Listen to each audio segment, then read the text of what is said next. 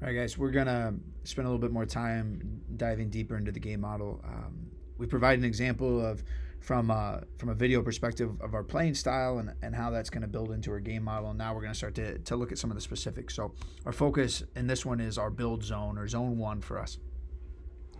The important thing here as we look at this is it's highlighted in our defensive third, but really it's anywhere we start our attack and we have all 11 of the opposition in front of us that we need to break down. Oftentimes it's deeper into our defensive third, but understand that it can be in different places on the field. So we'll look at the objectives. We're really just going to focus on the structure piece.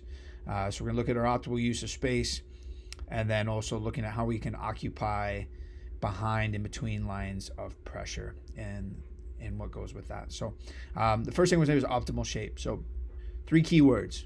We want to provoke the opposition deep, push our outside backs or our width high, and pin the opposition with our front players. So provoke on the roll, the 4 and the 5 in this with the goalkeeper. And again, we can talk about this. It's not always just these 2 players. Is we want to start to draw the opposition forward.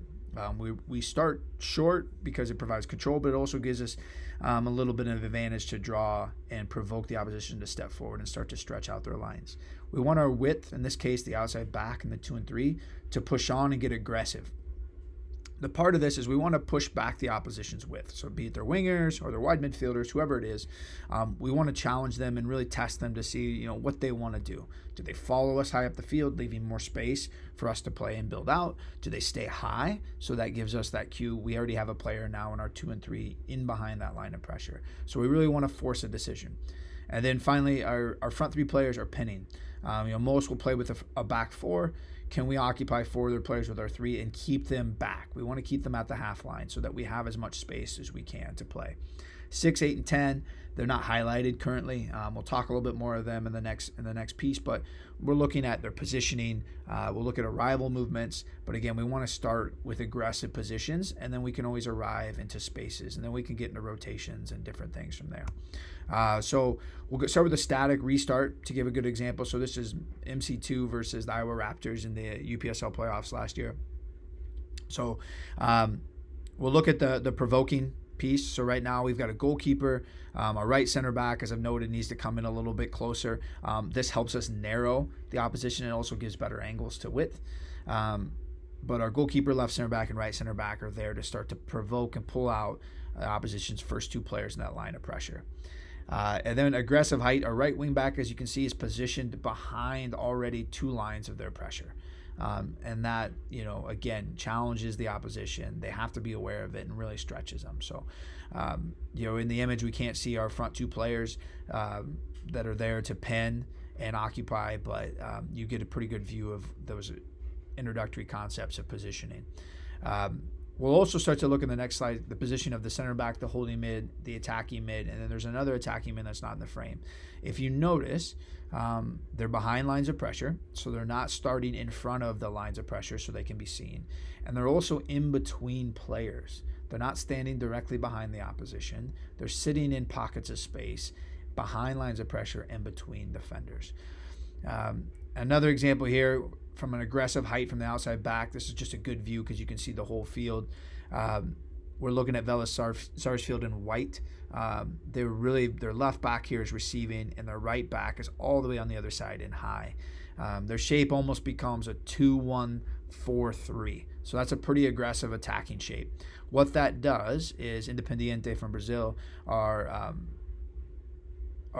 currently defending in a 4-4-2. So that drives their outside mids back, and again leaves just 2 forwards to deal with our goalkeeper, 2 center backs, and a holding mid, and again gives us that ability to progress and play forward. That second piece we talked about, the behind and between, we're going to use an image from Sassuolo as an example. Again, so we're looking at the positioning of our center midfielders behind that first line of pressure. If you notice some of their body language and where they're at, again, it's another example of players that are behind pressure, also in between players. So the in between is a challenge for the opposition. If you sit in between players, there's that bit of who takes whom and who's responsible for that space. And so if we can receive it in there, we have that advantage. It also can squeeze and occupy 2 players with 1. The idea that we have one player position 2 really can draw attention away, freeing up players elsewhere. And I think this is an important concept as we'll continue to work. As we look forward, their next line of pressure, or excuse me, their next line of the attack, they have 5 players that are behind Napoli's second line of pressure, as you can count them. So they've got the 2 guys in the width, they've got 2 attacking midfielders, and they've got a 9 sitting in there and occupying. So again, another good example of how we can position ourselves to really challenge the opposition structure, but also give ourselves an advantage in possession. Again, this behind in between. Also notice it's added in their numerical superiority. So in this case, Sassuolo has started their build with 3 players and released everyone else up the field. So that 3 versus 2 in that first line provides Sassuolo that +1. So as they advance the ball with a free player, they can now move it up the field with that extra player. And the idea is, as we get into progressively moving that extra player higher and higher up the field. So hopefully, guys, this gives you a pretty good image of what we're focused on just in that early build zone and how we want to structure ourselves. But we'll dive deeper into solutions and how we read the game and who's going to fill into this back 3. But it gives you an idea, especially if you watch the game. This back 3, this 3-2-5 shape that you see here by Sassuolo is pretty common, but who makes up these positions changes based on the strengths of the team. In this actual image here with Sassuolo, it's a winger, an outside back. You have a winger, an attacking mid, and a 9 in their highest line. In their middle line, it's 2 of their holding midfield players, and in their back 3, it's 1 outside back and 2 center backs. So again, based on the strengths of our team, this can look different, but you get the idea of how we set ourselves up.